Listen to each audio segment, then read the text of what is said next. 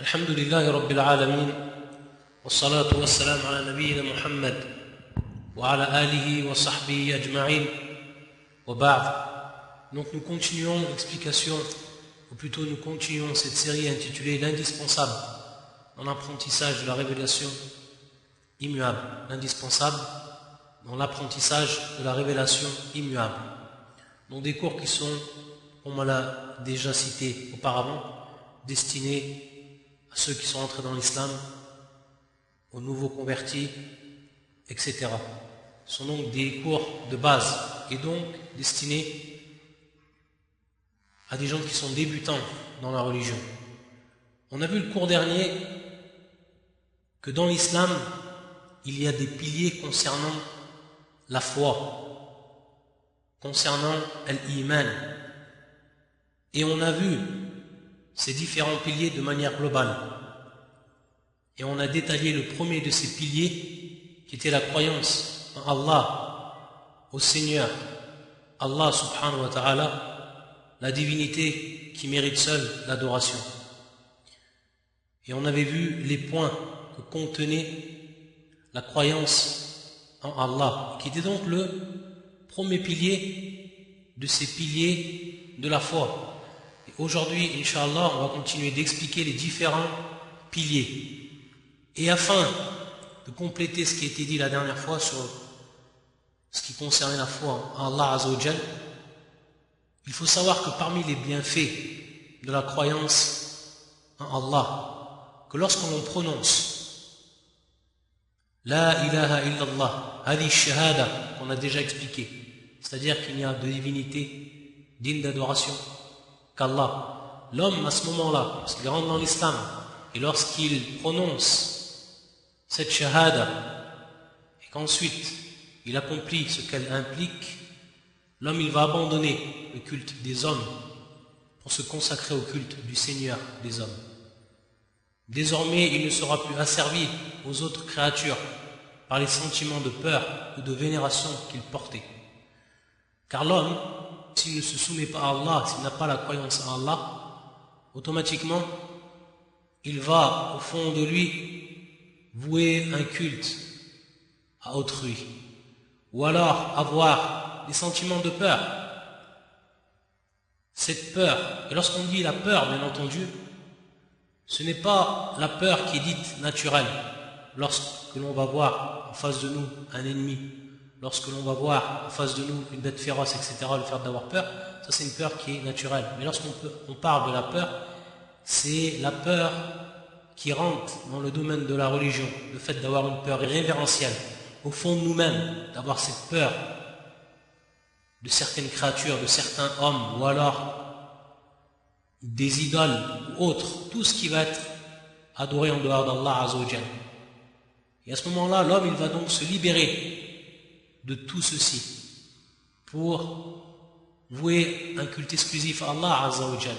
Et à ce moment-là donc, il va réellement ressentir au fond de lui qu'il est sur la bonne voie, qu'il a réellement goûté à cette liberté qui lui permet uniquement désormais d'adorer Allah, la divinité unique.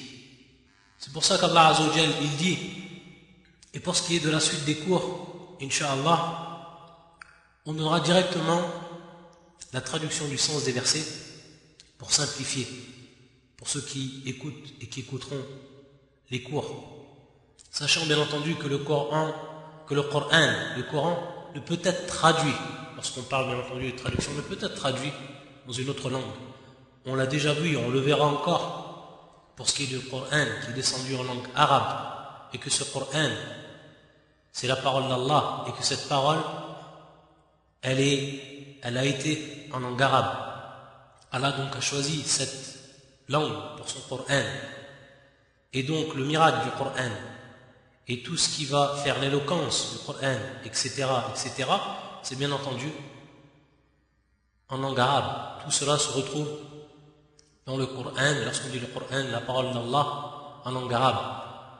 Donc, lorsqu'on dit traduire, c'est tout simplement traduire le sens des versets, c'est-à-dire la signification des versets, C'est ce qu'on va en réalité traduire. Donc c'est tout simplement une approche pour simplifier. On aura à chaque fois cette traduction du sens des versets du Coran. Donc, dans ce premier verset dit: voyez-vous ceux que vous invoquez en dehors d'Allah, si Allah me voulait du mal, est-ce que, c'est-à-dire ces divinités, pourraient dissiper son mal, ou s'il me voulait une miséricorde, pourrait-elle retenir sa miséricorde? Dit Allah me suffit, c'est en lui que placent leur confiance ceux qui cherchent un appui. Donc l'homme, il sait à partir de là que si Allah lui veut miséricorde, ou alors que s'il lui veut un mal, rien ne peut empêcher cela. Et donc, le véritable croyant, celui qui a cru en Allah Azzawajal, Allah seul va lui suffire. Il va placer sa confiance totale en lui, et c'est vers lui qu'il va rechercher son appui, subhanahu wa ta'ala, comme donc dans ce verset qui est fi surat Az-Zumar et qui est le verset 38.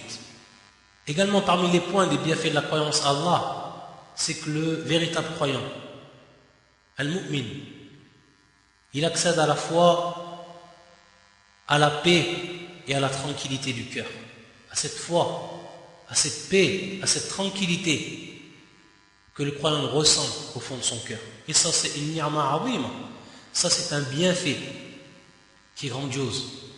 C'est pour ça qu'Allah Azzawajal, il dit, donc le sens du verset, ceux qui ont cru et dont les cœurs se tranquillisent à l'évocation d'Allah, n'est-ce point l'évocation d'Allah, n'est-ce point par l'évocation d'Allah que se tranquillisent les cœurs, comme cela est venu dans le surat Ar-Ra'd, et qui est le verset 28. Donc une véritable tranquillité du cœur, une véritable paix au fond du cœur lorsque l'homme il croit en Allah Azzawajal, et tout ce que cela bien entendu va impliquer. Également parmi les points de ces bienfaits, il va éprouver un sentiment de protection, car il sait qu'il dispose d'un abri vers lequel il peut se diriger à tout moment, et plus particulièrement dans les cas de malheur. C'est pour ça que Allah Azzawajal, comme dans le verset qui fait surat Al-Isra, qui est le verset 67, le sens est le suivant: et quand le mal vous touche en mer, ceux que vous invoquez en dehors de lui se perdent, puis quand il vous sauve et vous ramène à terre, vous vous détournez. L'homme reste très ingrat. Donc ce verset par rapport aux polythéistes, ceux qui donnaient des associés à Allah Azzawajal, lorsqu'ils embarquaient sur leur vaisseau de mer ou alors sur leur bateau, et que lorsque venait une tempête terrible dans la mer, à ce moment-là, de shidda, de malheur et de dureté, ils se retournaient vers Allah. Ils invoquaient Allah et ils délaissaient à ce moment-là ceux qu'ils adoraient en dehors de lui dans les moments de sérénité. Ceux que vous invoquez en dehors de lui se perdent, car ces idoles, ceux que vous adoriez avant ou en dehors de lui, ceux que vous adoriez en dehors de lui ne peuvent rien faire dans cela. Ils n'ont aucun pouvoir. Ils ne peuvent vous donner du bien comme ils ne peuvent vous écarter du mal. Donc à ce moment-là, au fond de leur cœur, les polythéistes le savaient. Ils se retournaient vers Allah dans ce moment-là. Puis quand il vous sauve, il vous ramène à terre, vous vous détournez. L'homme reste très ingrat. Et donc de par leur ingratitude et de par leur mécréance ancrée, ayadan billah, ils revenaient une fois qu'ils étaient sauvés donc à l'adoration de leur idole. Et ils délaissaient Allah, le Très-Haut, celui qui les avait sauvés. Donc on voit ici que le croyant, il éprouve un véritable sentiment de protection et qu'il se retourne vers Allah Azzawajal. Et comme il l'adore et comme il est constant dans l'adoration et dans le remerciement et dans la reconnaissance envers Allah Azzawajal dans les moments de sérénité, alors dans les moments où le malheur le frappe, il se retourne vers Allah, se dirige vers Allah et il le trouve répondant à ses invocations, subhanahu wa ta'ala. Donc c'est réellement un sentiment de protection que l'homme il ressent à travers cette foi qu'il a en Allah. Un autre point également, c'est qu'il connaît aussi un bien-être spirituel, car le but auquel il cherche à parvenir ne peut être atteint qu'après la mort, c'est-à-dire le paradis. Donc on va voir la personne qui va persévérer, le croyant qui va persévérer dans la recherche de cet objectif.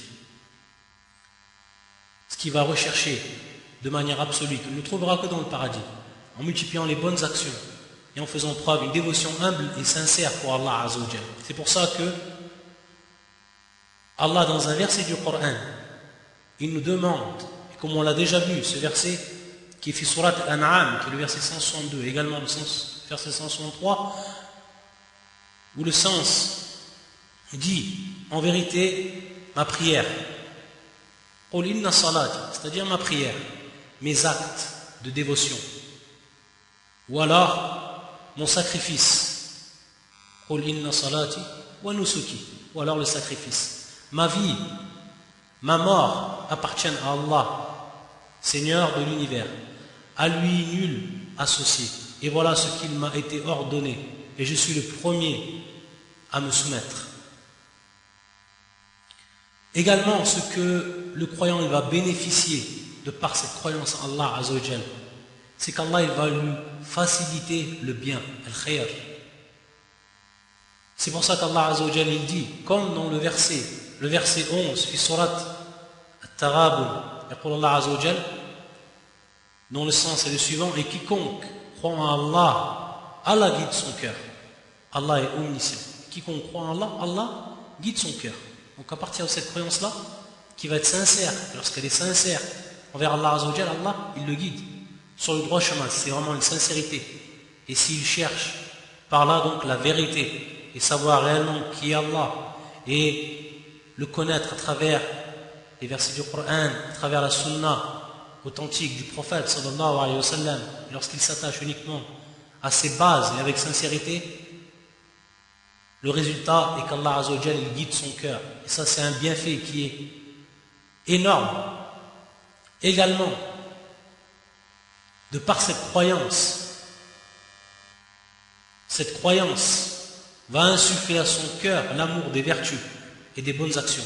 Parce que l'homme il croit en Allah Azza wa Jal, il va s'efforcer de faire les bonnes actions.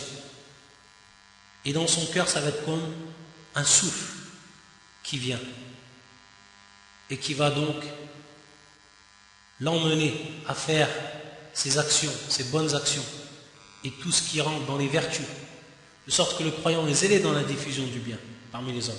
C'est pour ça que dans le verset fi surat Zilzila, quiconque fait un bien, fût-ce du poids d'un atome, le verra. Quiconque fait un bien, fût-ce du poids d'un atome, le verra.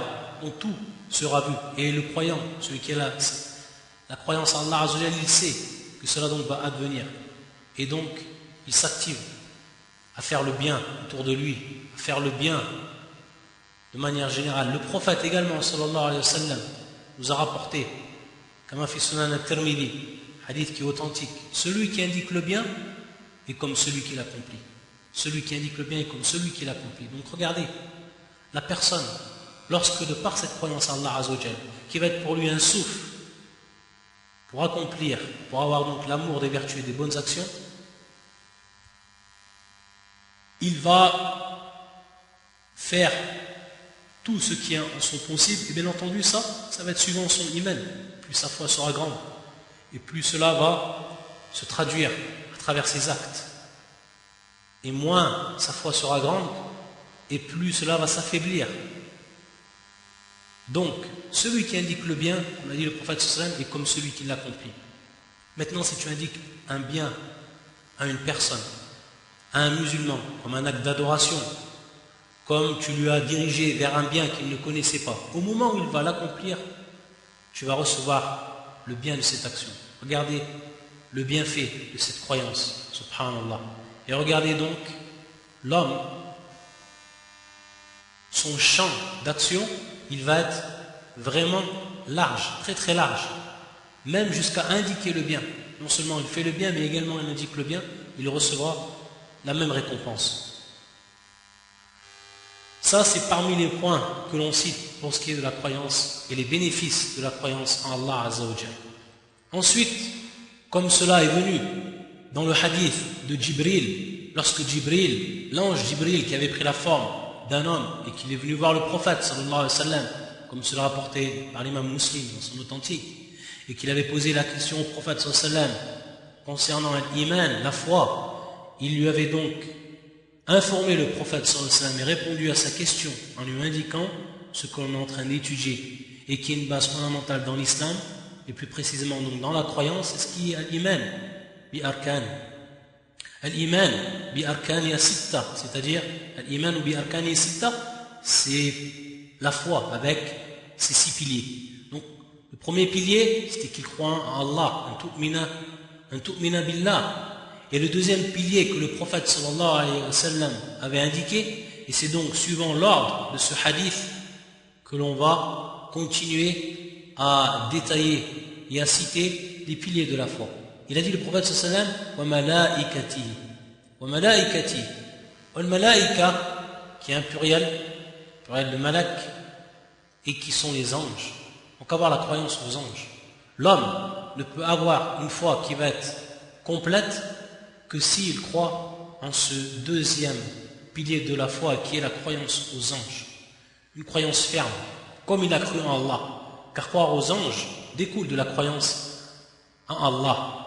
Et elle consiste, cette croyance, à croire qu'Allah possède des anges dont le nombre n'est connu que de lui seul. Des anges qui sont d'un très très très grand nombre, dont personne ne connaît. Seul Allah Azza wa Jal sait exactement le nombre des anges qu'il a créés, subhanahu wa ta'ala. Et ces anges-là, ils font partie du monde de l'invisible, ce qu'on appelle el-Ghaib. Et on avait vu également l'importance de croire, et qui était même la première base, qui est la croyance à l'invisible, ce que l'on ne peut voir, mais ce dont Allah Azza wa Jal nous a informé, et son prophète nous a informé, sallallahu alayhi wa sallam. Allah Azza wa Jal, il les a créés, ces créatures, pour son culte, pour son adoration. Et parmi donc les caractéristiques des anges, c'est qu'ils vouent un culte exclusif de manière continue et qu'ils jamais, contrairement à l'homme, ya'sun Allah, c'est-à-dire qu'ils font des péchés envers Allah Azza wa Jal. Jamais. C'est pour ça qu'Allah Azza wa Jal, il dit, en parlant donc de leur consacration, qu'ils consacrent tout leur temps à vénérer Allah, à le glorifier et à le louer. Allah Azza wa Jal dit, comme dans ce verset, fi surat al-Anbiya, qui est le verset 20, Allah Azza wa Jal dit, dont le sens est, il exalte sa gloire nuit et jour et ne s'interrompt point, jamais d'interruption, toujours en adoration.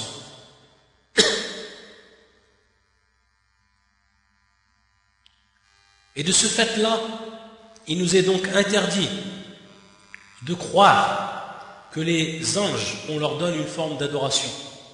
Ils sont uniquement là pour exécuter la volonté d'Allah Azza wa Jal en ce qui concerne l'organisation, la surveillance, la protection de cet univers, avec tout ce qu'il contient de créatures.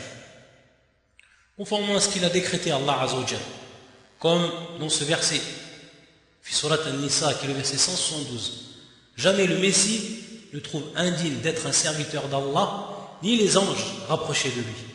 Donc les anges, ils sont des créatures vouées à l'adoration d'Allah Azza wa Jal, et ils sont rapprochés de lui, et ils se soumettent à lui de manière pleine, complète. Et ce sont donc des serviteurs d'Allah Azza wa Jal. Et on ne peut leur vouer absolument point une des caractéristiques de l'adoration ou autre. Il les a créés, subhanahu wa ta'ala, pour qu'ils accomplissent les travaux qu'Allah leur a ordonnés. C'est pour ça qu'Allah il dit, dans le sens du verset, surat An-Nahl, qui est le verset 50, ils craignent leur Seigneur au-dessus d'eux et font ce qui leur est commandé. Ils exécutent les tâches qu'Allah Azza wa Jal leur a chargées.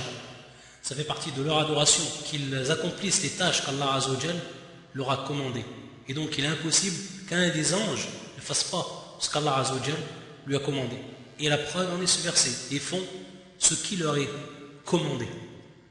Ces anges, ils ont été créés de lumière. Parmi donc leurs caractéristiques, du point de vue de leur création, il faut savoir qu'ils sont de lumière. Et cela, c'est le prophète sallallahu alayhi wa sallam qui nous l'a appris.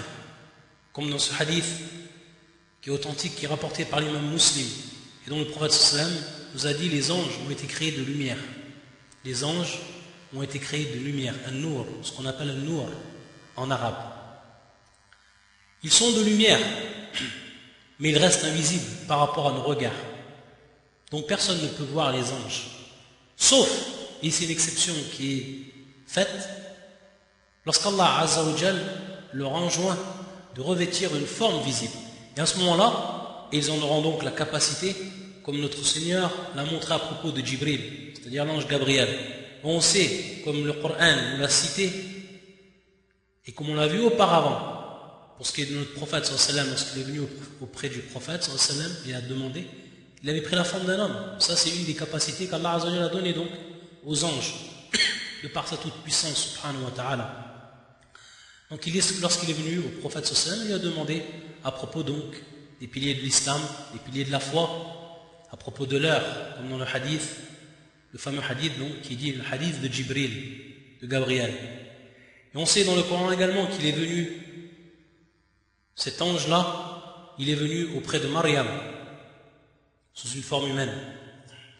Donc c'est pour ça que dans ce verset, qui fait Surat Maryam, qui est le verset 19, et également le verset 17 et également le verset 19, où Allah Azza wa Jal a dit dans le sens, elle mit entre elle et eux un voile, nous lui envoyâmes notre esprit, c'est-à-dire Jibril, donc l'ange Jibril, qui se présenta à elle sous la forme d'un homme parfait.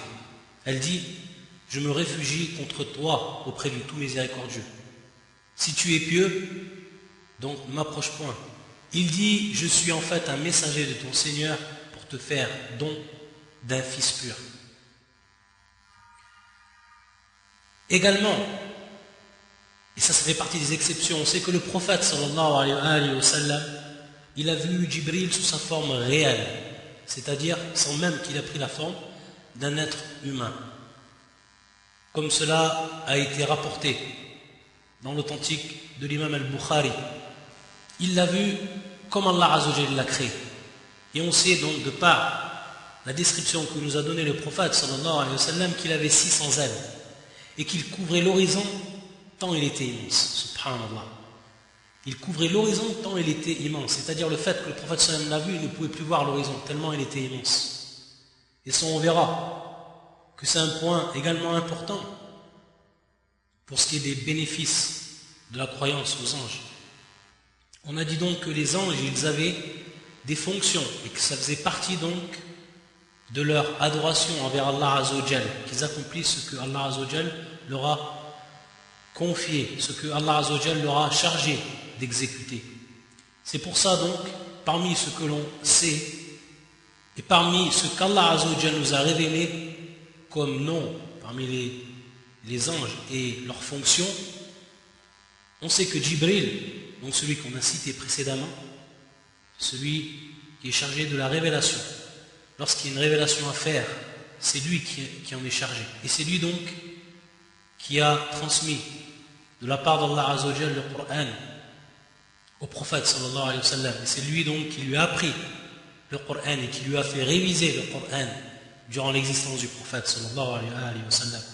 Et c'est pour ça qu'Allah Azza wa Jalla il dit dans le verset qui fait surat Al-Shu'ara et qui est le verset 193, également 194, et l'esprit fidèle, c'est-à-dire donc ici Jibril, et l'esprit fidèle est descendu avec cela sur ton cœur pour que tu sois du nombre des avertisseurs. Et donc ici bien entendu le Coran, afin que le prophète sallallahu alayhi wa sallam avertit son peuple et tous les hommes du monde. Parmi ceux dont Allah Azza wa Jalla nous a cité leur nom et en même temps leur fonction, il y a également Israfil, qui est lui chargé de souffler dans le corps, c'est-à-dire la trompe, le jour de la résurrection.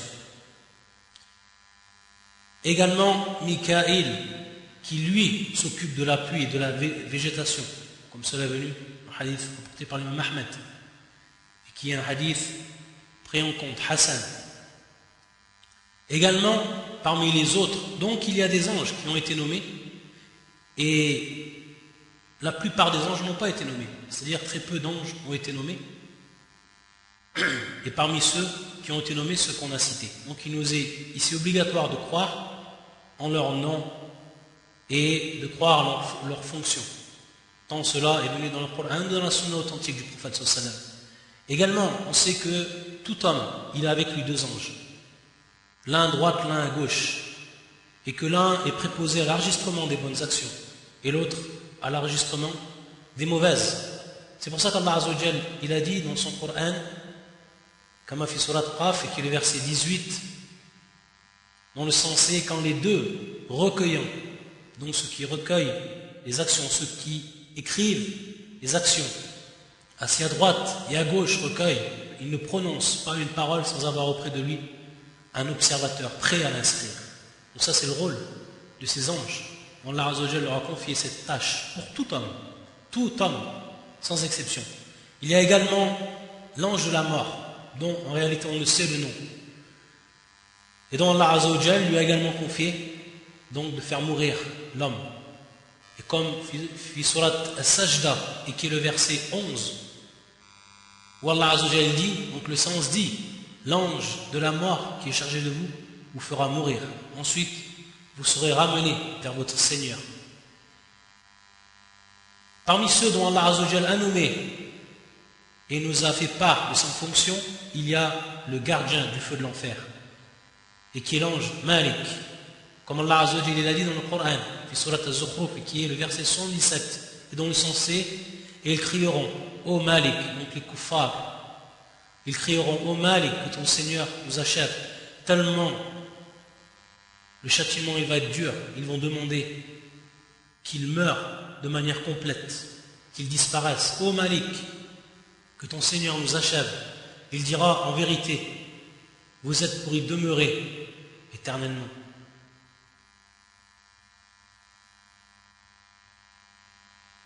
Donc ça fait partie des exemples qu'on a donnés. Il y a donc d'autres anges qui sont chargés de protéger les hommes, d'accomplir également certaines missions. Donc nous avons une foi qui va être dite globale, c'est de croire donc aux anges et qu'ils sont innombrables, que seul Allah Azza wa Jal connaît leur nombre, qu'ils ont donc des fonctions et toutes les caractéristiques qu'on a donc citées de façon concise durant ce bref exposé. Et notre croyance qui va être plus spécifique par rapport à ce que l'on sait d'après le Coran et la Sunna, non de croire aux noms qui nous ont été transmis dans le Coran et la Sunna, également des fonctions bien précises de certains anges et d'autres encore. Et si on résumait pour ce qui est des points de Al-Iman bil Malaika, en résumé, il faut savoir donc que cela comprend 4 points. Croire aux anges, ça comprend 4 points. Le premier point, c'est la foi de leur présence. Donc al-iman bi wujudihim, la foi de leur présence. Ensuite, et le deuxième point, la foi de ceux dont on connaît leur nom, comme on l'a cité, à l'exemple de Jibril, Mikaël, Israfil, Malik et d'autres. Et ceux dont on ne connaît pas leur nom, bien entendu, on va y croire de façon globale. Le troisième point, c'est avoir la foi de ce que l'on sait et de ce que nous est parvenu comme information à propos de leurs caractéristiques. À l'exemple qu'ils ont été créés de lumière, à l'exemple de la description qui nous a été faite du prophète sallallahu alayhi wa sallam de Jibril lorsqu'il l'a vu. Le quatrième point, c'est d'avoir la foi également aux actions, aux charges dont Allah Azza wa Jal leur a confié. Que l'on connaisse toutes ces actions, comme on a vu les exemples qu'on a donnés, ou alors, de façon générale, également ceux dont on ne sait pas. À la kulli hal, ça, c'est 4 points qu'il faut automatiquement et obligatoirement concrétiser pour que notre croyance envers les anges, elle soit complète. Bien entendu, il y a également des bienfaits de la croyance aux anges. Et parmi ces bienfaits, c'est que lorsqu'on croit aux anges, et la croyance aux anges permet donc d'avoir un aperçu de la grandeur d'Allah Azza wa Jal, sa puissance, subhanahu, et de sa capacité à tout dominer. Car la grandeur de la créature est un indice de la grandeur du Créateur. À l'exemple de Jibril, lorsqu'on sait la grandeur de cette créature, Alors comment est Allah subhanahu wa ta'ala? C'est-à-dire que par cette grandeur, une grandeur qui est immense, une grandeur qu'on ne peut concevoir. Donc ça nous donne un aperçu de la grandeur d'Allah Azza wa Jal. Comment il va être grand subhanahu wa ta'ala. Également, cette croyance nous encourage à accomplir de bonnes œuvres et à délaisser les actions blâmables, que ce soit donc en public et également en secret.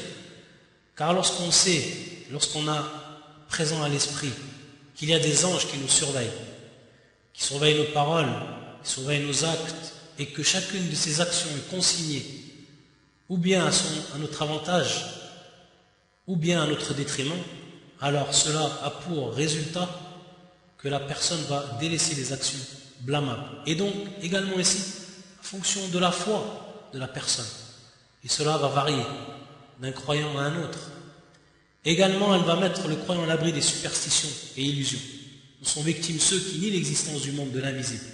Parce que les personnes, ils ne croient pas aux anges, à titre d'exemple, ici donc, et qu'ils nient l'existence du monde de l'invisible, alors ils sont pris de superstitions, d'illusions, etc. Alors que le croyant, il sait qu'il y a un monde de l'invisible. Il sait qu'il y a les anges. Il sait également qu'il y a les djinns, qu'on ne peut les voir, mais qu'ils sont bel et bien présents dans notre vie de tous les jours. Et le musulman également, ça fait partie des points, c'est qu'il prend conscience de la miséricorde d'Allah Azza wa Jalla et de sa bienfaisance. Et de sa bienfaisance à l'égard de ses créatures. Car il a chargé des anges de les protéger et de s'occuper également de leur intérêt. Donc Allah Azza wa Jalla n'a rien délaissé. Et ça, c'est bel et bien une preuve de la miséricorde d'Allah Azza wa Jalla par rapport donc à ses créatures. Ça, c'est ce qui concerne, de manière résumée, mais essentielle, notre croyance envers al-malaïka, les anges, qui est le pluriel donc de malak. Et donc la deuxième ou le deuxième pilier de la foi islamique. Ensuite, comme dans le hadith de Jibril, lorsque le prophète sallam a répondu à sa question, il l'a informé du troisième pilier. Et ce troisième pilier, c'est la croyance au livre saint, al-kutub, al-imanu bil-kutub, les livres saints, les livres qui ont été révélés par Allah Azza wa Jalla. Donc cette croyance, elle consiste à croire qu'Allah a révélé à ses envoyés et à destination des hommes des livres célestes qui proclament tous, sans exception, l'existence et l'unicité d'Allah Azza wa Jalla en tant qu'il est le souverain unique de l'univers. Donc comme on l'a vu, Rububiyya, pour ceux qui se rappellent ces termes.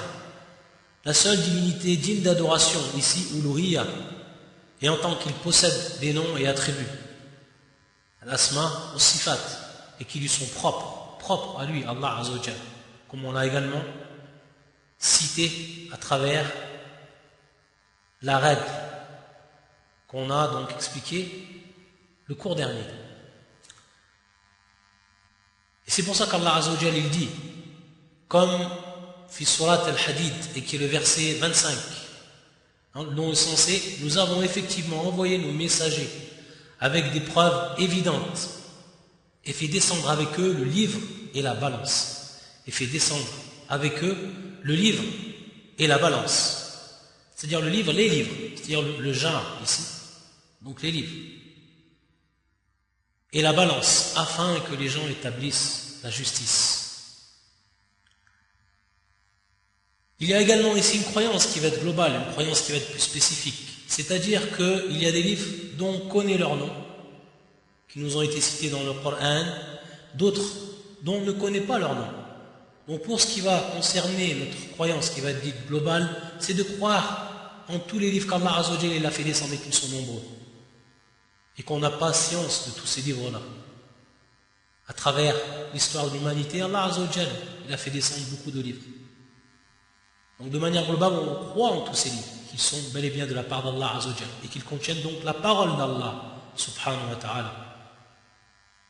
Et de manière plus spécifique, donc une foi qui va être plus spécifique ici, et qui va concerner ce dont on a science à travers ce que le Coran nous a cité. Et parmi ceux qu'on va citer, il y en a 5. Et ils sont au nombre de 5, ceux dont Allah Azza wa Jalla nous a fait part dans son Coran. Les premiers, les feuilles d'Ibrahim et de Moussa, Moïse. Donc le Coran, il évoque certains des principes religieux énoncés dans ces feuilles. Donc ce qu'on appelle Suhuf Ibrahim ou Moussa, les feuillets d'Ibrahim et de Moïse. C'est pour ça que dans le verset qui fait sourate An-Najm, et qui est le verset 36 jusqu'à 41, dans le sensé, ne lui a-t-on pas annoncé ce qu'il y avait dans les feuilles de Moïse et celles d'Abraham, qui a tenu parfaitement, c'est-à-dire sa promesse de transmettre, qu'aucune âme ne portera le fardeau, le péché, c'est-à-dire le péché d'autrui, et qu'en vérité l'homme n'obtient que le fruit de ses efforts, et que son effort en vérité lui sera présenté, c'est-à-dire le jour du jugement. Ensuite, il en sera récompensé pleinement. Donc, les feuilles d'Ibrahim et de Moussa. Le deuxième, la Torah, c'est-à-dire la Torah. Il s'agit du livre qui était lui révélé à Moïse. C'est pour ça qu'Allah Azza wa Jalla dit dans le verset qui fait sourate Al-Ma'ida, le verset 44, dans le sensé, nous avons fait descendre la Torah dans laquelle il y a un guide et lumière. C'est sur sa base que les prophètes qui se sont soumis à Allah, ainsi que les rabbins et les docteurs jugent les affaires des Juifs, car on leur a confié la garde du livre d'Allah, et ils en sont les témoins. Ne craignez donc pas les gens, mais craignez-moi. Et ne vendez pas mes enseignements à vil prix, et ceux qui ne jugent pas d'après ce qu'Allah a fait descendre, et voilà les mécréants. Pour ce qui est du troisième livre, ce qu'on appelle le Zabour, Az-Zabour, et qui est le livre qui était révélé lui à Daoud, dont Allah Azza wa Jalla nous a cité, comme fi surat An-Nisa, et qui est le verset 163. Et nous avons donné le Zabour à David, c'est-à-dire Daoud, à David, prophète David, alayhi salam. Ensuite, le quatrième, qui est l'évangile, le livre qui était descendu lui sur Isa. C'est pour ça qu'Allah Azza wa Jalla dit, comme dans le verset, surat Al-Ma'ida, le verset 46, et nous avons envoyé après eux Jésus, fils de Marie, pour confirmer ce qu'il y avait dans la Torah avant lui. Et nous lui avons donné l'évangile où il y a guide et lumière pour confirmer ce qu'il y avait dans la Torah avant lui. Il y a un guide et une exhortation pour les pieux. Ça, c'est les livres dont on connaît.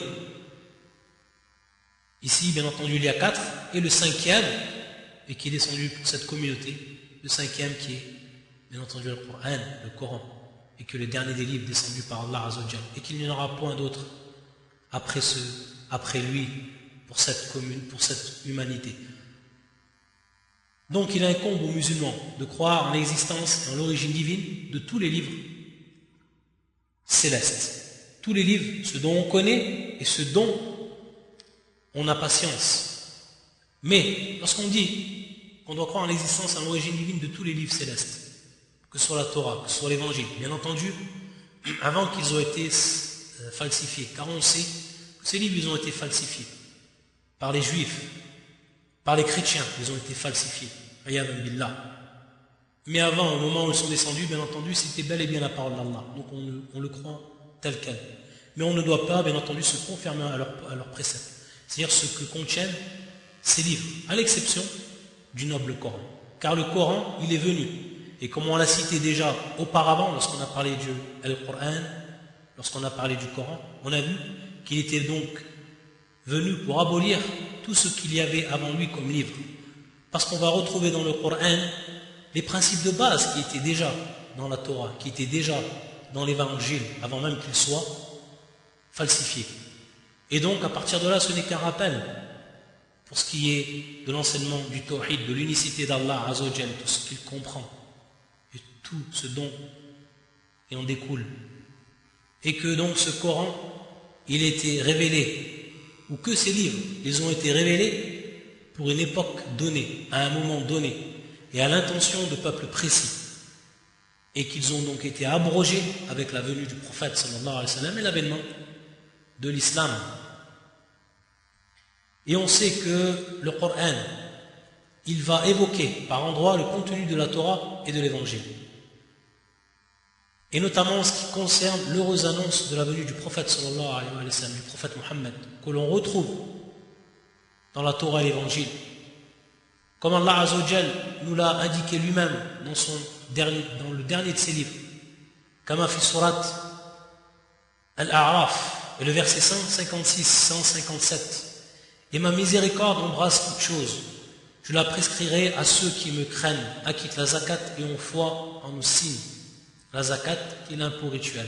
Ceux qui suivent le messager, le prophète illettré qu'ils trouvent écrit, c'est-à-dire mentionné, chez eux dans la Torah et l'Évangile. Chez eux dans la Torah et l'Évangile, il leur ordonne le convenable, leur défend le blâmable, leur rend licite les bonnes choses, leur interdit les mauvaises et leur ôte le fardeau et les jougs qui étaient sur eux. Et pour ce qui est du Coran, dont le dernier des livres, on en avait déjà cité, on va le rappeler ici de façon résumée, que le Coran est la parole d'Allah révélée à Muhammad par l'intermédiaire du Jibril en une langue arabe claire. C'est pour ça qu'Allah Azza wa Jalla dit dans son Coran, comme fait surat Al-Shu'ara, qui est le verset 193 et également 195, et l'esprit fidèle est descendu avec cela sur ton cœur pour que tu sois du nombre des avertisseurs, en une langue arabe très claire, Et on sait la sagesse qu'Allah Azza wa Jalla, lorsqu'il a choisi cette langue arabe, c'est une grande sagesse, car celui qui va connaître la langue arabe, qui va lire le Coran et le comprendre avec la langue arabe, il s'apercevra qu'aucune langue ne peut être comme cette langue arabe, et que Allah Azza wa Jalla, de par donc sa pleine sagesse, il a choisi cette langue, et ce n'est pas pour rien, pour faire descendre le dernier de ses livres. Qu'il est également le dernier livre céleste révélé, confirmant ce qui était révélé dans les livres intérieurs concernant l'unicité d'Allah et l'obligation de l'obéir et de l'ordonner. Allah a abrogé pour lui, ou par lui, Allah a abrogé donc par lui, par ce livre, le Coran, les livres précédents. Comme il a dit, donc Allah Azza wa Jalla nous a fait part, dans le verset suivant, surat Ali Imran, qui est le verset 3 et 4, dans le sens, il a fait descendre sur toi le livre avec la vérité, confirmant les livres descendus avant lui, et il fit descendre la Torah et l'Évangile auparavant, en tant que guide pour les gens. Et il a fait descendre le discernement, c'est-à-dire le Coran. Donc ici, confirmant les livres descendus avant lui. Donc ce livre, il a inclus toutes les prescriptions divines. Toutes les prescriptions divines. C'est pour ça qu'Allah Azza wa Jalla, il dit, comme a fait surat Al-Ma'idah, qui est le verset 3, aujourd'hui j'ai parachevé pour vous votre religion et accompli sur vous mon bienfait. Et j'agrée l'islam comme religion pour vous. Donc un livre qui va être complet pour ce qui est des prescriptions divines. Et on sait que le Coran, il est expliqué par la sunna du prophète sallallahu alayhi wa sallam. Donc ce qui est venu de façon globale dans le Coran, le prophète sallallahu alayhi wa sallam nous l'a enseigné, que ce soit par rapport à comment faire la prière, etc. Également que ce Coran, il a été révélé pour tous les hommes et non pour un peuple donné. Que ce Coran, il a été révélé pour tous les hommes, ça c'est un point qui est fondamental. Comme cela a été le cas avec les livres célestes qui l'ont précédé. C'est-à-dire que Allah Azza wa Jalla, il a révélé pour tous les hommes, ce Coran, il a été révélé pour tous les hommes et non pour un peuple donné. Alors que les livres auparavant, ils ont été donc révélés pour un peuple donné. Comme cela a été le cas avec les livres célestes qui l'ont précédé. C'est pour ça qu'Allah Azza wa Jalla dit, comme a fait surat Saba, qui est le verset 28, et nous t'avons envoyé qu'en tant qu'annonciateur et avertisseur pour toute l'humanité. Mais la plupart des gens ne savent pas. Et nous ne t'avons envoyé qu'en tant qu'annonciateur et avertisseur pour toute l'humanité. Et le prophète sallallahu alayhi wa sallam, il est envoyé avec le Coran. Il est envoyé donc avec le Coran. Donc il va de soi que contrairement aux messagers qui ont précédé, qui étaient envoyés à leur peuple, et dont leur livre était destiné à leur peuple, à partir de là, le Coran, lui, il est révélé pour tous les hommes. Également, ça fait partie plus précisément des spécifications dans le Coran, Allah le protège de tout ajout ou retranchement et de tout changement ou falsification. Et c'est ce qu'on avait déjà parlé et qui est en soi-même un miracle que depuis 14 siècles ce livre, une seule harf, c'est-à-dire une seule lettre n'a pu être falsifiée, n'a pu être changé, malgré ce qu'ont tenté à maintes fois les ennemis de l'islam. Jamais un Coran qui est protégé et dont Allah Azza wa Jalla a protégé à travers le cœur des hommes qui l'ont appris par millions, à travers générations.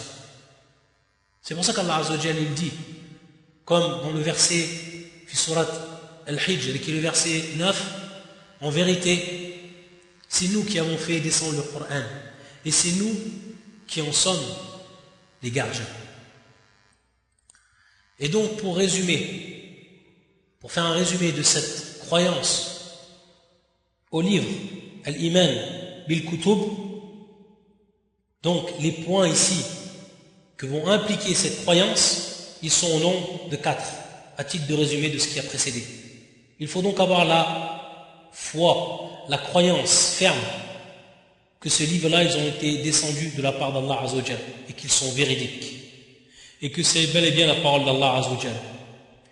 Le deuxième point, c'est que la foi, ou d'avoir la foi des noms qui nous ont été transmis, qui nous sont parvenus, à l'exemple de la Torah, à l'exemple de l'Injil, l'Évangile, etc. Le troisième point, c'est que l'on doit croire, avoir la foi de tout ce qu'on entend comme information à travers le Coran et ce qu'on a également entendu comme information dans les livres précédents du moment où ils n'ont pas été falsifiés. Le quatrième point, c'est-à-dire ce quatrième point, accomplir ou exécuter les lois qui y sont présentes tant qu'elles n'ont pas été abrogées, et que l'on doit se soumettre complètement à ces lois qui y sont présentes et dont on doit en être au fond, dans notre fond intérieur, satisfait. Ça, c'est pour ce qui est du quatrième point. Et bien entendu, on sait, pour ce quatrième point, que le Coran donc a abrogé tous les livres qui ont précédé, car il contient ce qu'il contenait, mais Allah Azza wa Jal l'a rendu encore plus complet, car il est destiné, comme on l'a vu, à toute l'humanité et non à un seul peuple.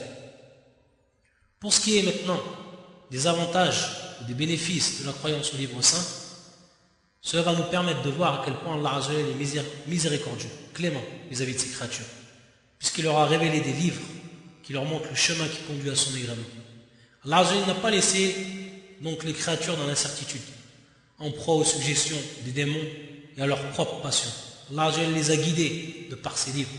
Et il leur a donc donné de quoi discerner entre le bien et le mal, comment connaître la vérité et ensuite l'appliquer.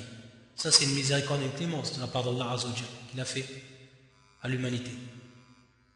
Également, cette foi-là, au livre, ça nous permet de connaître la sagesse, al-hikmah, la sagesse d'Allah Azza wa Jal, qui a légiféré pour chaque peuple les lois qui correspondent donc à ses besoins, comme on l'a vu précédemment.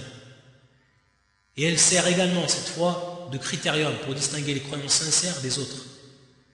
Car en effet, celui qui va croire en son propre livre saint doit croire aux autres livres révélés et aux autres prophètes qui y sont annoncés.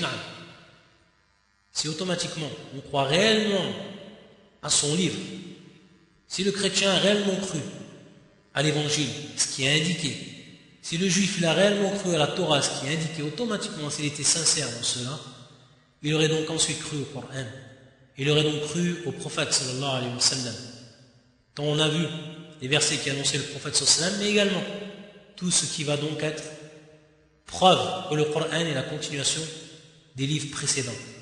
Et à ce moment-là, cette foi-là, lorsque la personne sincère, soit le juif ou le chrétien, se convertit à l'islam, après avoir connu al-haq et l'avoir reconnu et appliqué, ça va lui permettre de favoriser la multiplication des bonnes actions. Car lorsqu'il a cru en son livre et qu'il a cru ensuite au livre d'Allah Azza wa Jal, il va recevoir lui un double salaire. De même, pour ce qui est donc du prophète en lequel il a cru, son prophète, et le prophète ensuite, Muhammad sallallahu alayhi wa sallam, dont il en deviendra croyant de par son entrée en islam. Ça fait partie, ou ça c'est ce que l'on cite à propos de la croyance sont résumés au livre. Et ensuite, il vient la croyance au prophète. La croyance au prophète. C'est ce qu'on verra, Inch'Allah, le prochain cours. Subhanakallahumma bihamdika. Ashhadu an la ilaha illa anta. Astaghfiruka wa atubu ilayk. La ilaha illa anta. Astaghfiruka wa atubu ilayk.